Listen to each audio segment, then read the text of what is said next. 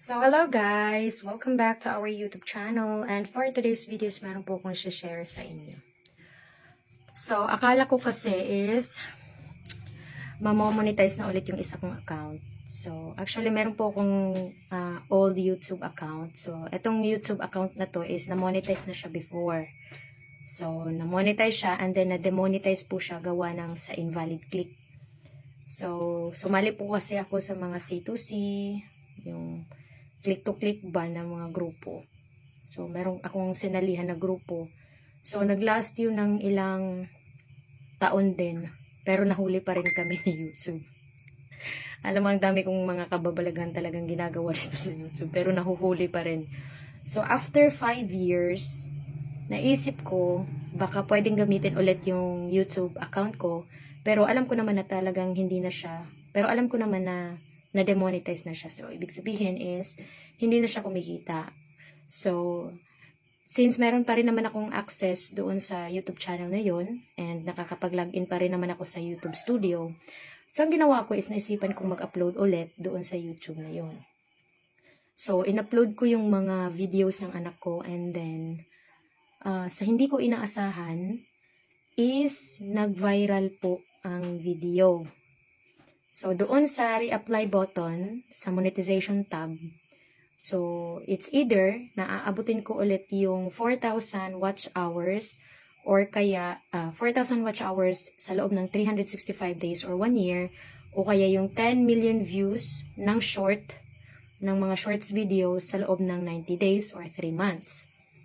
So, since yung mga ina-upload ko is doon sa short, so hindi ko naman inakala na ma-reach ko yung 10 million views sa loob ng 90 days. So, hindi ko talaga in-expect. So, sino ba namang nag-expect? Kasi nga, ang pakay ko sana doon is parang nag-upload na lang ako dahil nga pang memories siya. Memories ng aking anak. So, yun. Yun na nga.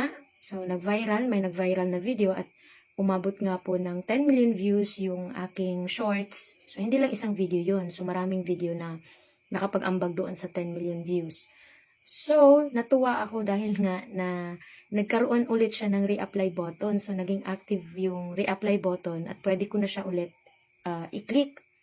So, nung pagka-click ko, nag-sign up ako dun sa first step.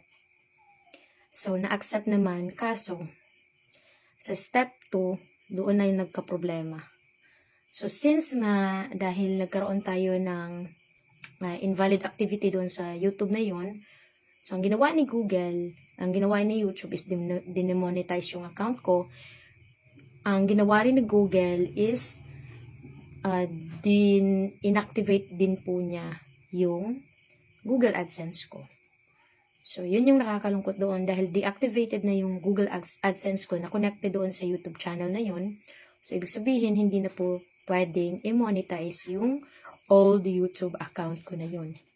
So, dahil kung alam ko lang talaga na hindi na pala siya pwedeng i-monetize, hindi ko na lang sana doon in-upload. So, gumawa na lang sana ako ng panibagong YouTube account. Kaso nga lang is, andun na eh. Parang hinayaan ko na lang kasi nga nandun na sa katuktukan ng maraming views yung nakukuha ko doon sa mga videos na ina-upload ko. So, yun lang ang aking ma-share. So, kung kayo ay meron ganitong situation na meron kayong old YouTube account and then na-demonetize siya before, so wag nyo na lang gamitin. So, nanghihinayang talaga ako guys. Ang gagawin ko na lang ngayon is i-delete ko na lang yung yung YouTube account ko na yun. So, buburahin ko na lang siya. So, i-download ko muna yung mga videos na nandun and then i-re-upload ko na lang siya sa panibagong channel. So, gagawa ko ng panibagong channel and then hindi ko na ipapangalan sa akin kasi feel ko pagka nakapangalan sa akin, magkakaroon pa rin ako ng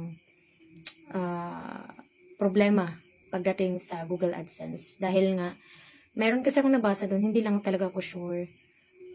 Pagka gumawa daw ng bagong account is, parang madedetect pa rin nila na ikaw pa rin yun. So, parang ganun. Pagka nagkasala ka kay YouTube, parang ayaw na nilang i-accept yung kung gagawa ka ng panibagong channel. So, ang gagawin ko na lang ngayon is, gagawa ko ng panibagong YouTube account, yung talagang mag-start over ako, and then, hindi ko siya ipapangalan sa akin, so, ipapangalan ko sa asawa ko, yung Gmail, yung email na gagamitin at saka yung sa Google AdSense. So, yun lamang aking ma-share guys. So, nawa is meron kayong mapulot for today's video.